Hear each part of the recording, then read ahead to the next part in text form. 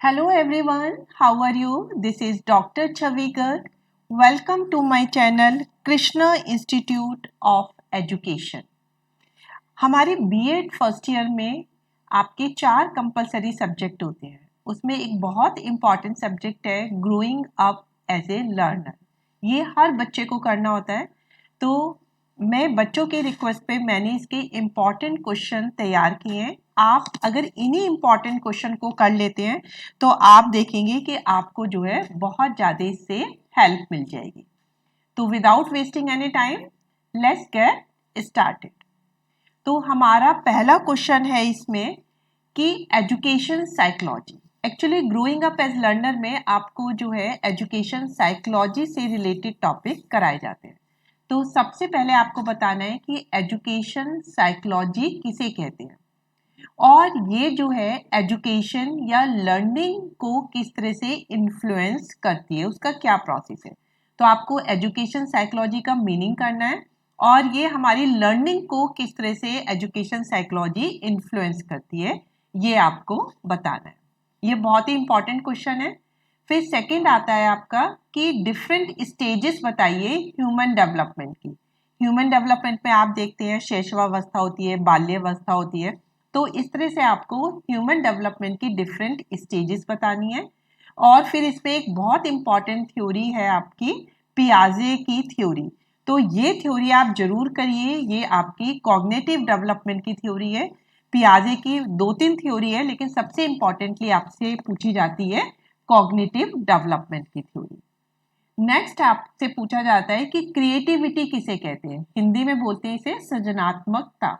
तो क्रिएटिविटी का आपको मीनिंग बताना है और एक टीचर स्टूडेंट में किस किस तरीके से जो है अपने उसका क्या रोल होता है कि वो बच्चों में क्रिएटिविटी की फीलिंग को भरे, वो आपको बताना है. और क्रिएटिविटी को हम कैसे मेजर कर सकते हैं, कैसे इसको माप सकते हैं. फिर नेक्स्ट क्वेश्चन है आपका इंटेलिजेंस के ऊपर. देखिए ये क्वेश्चन जरूर लगना है आपका. तो इंटेलिजेंस में 4-5 चीजें पूछी जाती हैं. एक तो आपको इसका मीनिंग बताइए इंटेलिजेंस किसे कहते हैं. फिर आपको उसकी जो है कैरेक्टरिस्टिक्स बतानी है कि किसे कहते हैं. फिर आपको इंटेलिजेंस के प्रकार पूछ लिया जाता है कि कितने टाइप की होती है. तो ये बहुत इंपॉर्टेंट है, ये पूछा जाता है. इंटेलिजेंस की आपसे बहुत सारी थ्योरी होती है. तो जनरली आपसे एग्जाम में 2 थ्योरी पूछी जाती है. तो आप कोई सी भी 2 थ्योरी कर लीजिए. फिर आपसे पूछ लिया जाता है कि इंडिविजुअल इंटेलिजेंट टेस्ट. इसमें आप खाली इंडिविजुअल ही नहीं, आप इंटेलिजेंट टेस्ट के टाइप कर लीजिए. तो आपके 2 टाइप होते हैं, एक इंडिविजुअल इंटेलिजेंट टेस्ट, एक ग्रुप इंटेलिजेंट टेस्ट. तो आप टाइप्स कर लिए तो इंडिविजुअल इंटेलिजेंट टेस्ट अपने आप उसमें आ जाता है. ये बहुत इंपॉर्टेंट है इंटेलिजेंट कोशिएंट जिसे बुद्धि लब्धि बोलते हैं. तो इसमें आपको इसका मीनिंग बताना है, इसका फॉर्मूला डिटेल में आपको बताना है इंटेलिजेंट कोशिएंट का. फिर नेक्स्ट आपका क्वेश्चन आ जाता है मोटिवेशन के ऊपर. तो इसमें आपको मोटिवेशन का मीनिंग बताना है और ये लर्निंग को मोटिवेशन कैसे इफेक्ट करती है कि मीन्स अगर हम बच्चे को मोटिवेट करते हैं तो उसकी लर्निंग पे क्या क्या इफेक्ट पड़ता है और मोटिवेशन के क्या क्या सोर्सेस है, कहाँ कहाँ से हमें जो है मोटिवेशन मिलता है. फिर आपका नेक्स्ट क्वेश्चन होता है पर्सनैलिटी के ऊपर. तो आपको पर्सनैलिटी का सबसे पहले मीनिंग बताना है. फिर आपको इसकी कैरेक्टरिस्टिक्स या विशेषताएं बतानी है. जैसे इंटेलिजेंस की बहुत सारी थ्योरी होती हैं ऐसे पर्सनैलिटी की भी बहुत सारी थ्योरी है. लेकिन आप कोई सी भी 2 थ्योरी कर लीजिए क्योंकि वो जनरली आपसे ये पूछ लेते हैं कि एक थ्योरी डिस्कस करिए या 2 थ्योरी डिस्कस करिए. तो पर्सनैलिटी का मीनिंग, कैरेक्टरिस्टिक और कोई सी भी 2 थ्योरी आप इसकी कर सकते हैं. फिर आपसे एक क्वेश्चन आता है मेंटल हेल्थ के बारे में. तो आपको मेंटल हेल्थ का मीनिंग बताना है और आपको बताना है कि स्टूडेंट या फिर टीचर की मेंटल हेल्थ को कैसे इम्प्रूव कर सकते हैं. तो मेंटल हेल्थ बहुत इंपॉर्टेंट है. तो आप इसको कैसे कैसे इम्प्रूव कर सकते हैं एक क्वेश्चन कर लीजिए. वही आप स्टूडेंट में भी लिख सकते हैं और वही आप टीचर में भी लिख सकते हैं. फिर नेक्स्ट क्वेश्चन आता है लर्निंग के ऊपर.